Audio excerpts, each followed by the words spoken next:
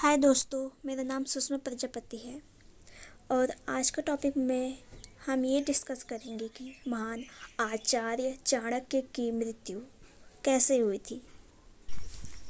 वैसे भारत में ऐसे ऐसे महान व्यक्ति पैदा हुए हैं जो आज भी याद किए जाते हैं।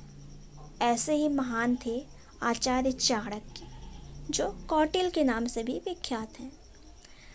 वह तक्षशिला विश्वविद्यालय के आचार्य भी थे।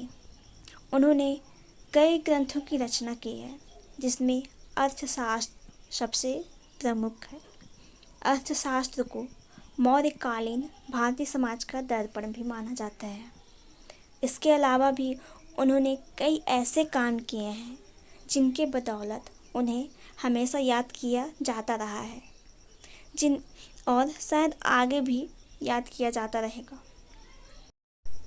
माना जाता है कि आचार्य चाणक्य का जन्म 375 में हुआ था, जबकि मृत्यु 283 में हुई थी। लेकिन उनकी मौत कैसे हुई, यह आज भी एक रहस्य बनी हुई है।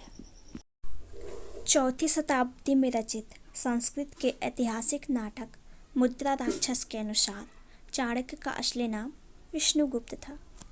माना जाता है कि यह नाम उन्होंने खुद रखा था और इसके पीछे एक कहानी प्रचलित है।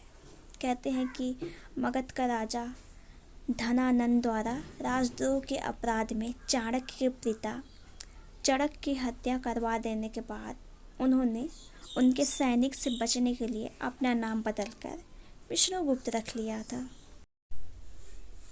हालांकि बाद में आचार्य चाणक्य ने अपने पिता की हत्या का बदला भी लिया और नंद वंश के राजा धनानंद को सत्ता से बेदखल करके उसकी जगह पर चंद्रगुप्त को मगध का सम्राट बनाया। कौटिल्य यानी चाणक्य द्वारा नंद वंश का विनाश और मौर्य वंश की स्थापना से संबंधित कथा विष्णु पुराण में आती है। वैसे तो चाणक्य का नाम, जन्मतिथि, जन्म स्थान और उनकी मृत्यु चारों विवाद के विषय रहे हैं, लेकिन सबसे ज़्यादा विवाद उनकी मृत्यु को लेकर रहा है। उनकी मृत्यु के संदर्भ में कई कहानियाँ प्रचलित हैं, लेकिन कौन सी कहानी सच है यह कोई नहीं जानता। पहली कहानी ये है कि एक दिन चाणक्य अपने रथ पर सवार होकर मगध से दूर किसी जंगल में चले गए और उसके बाद वे कभी लौट कर नहीं आए।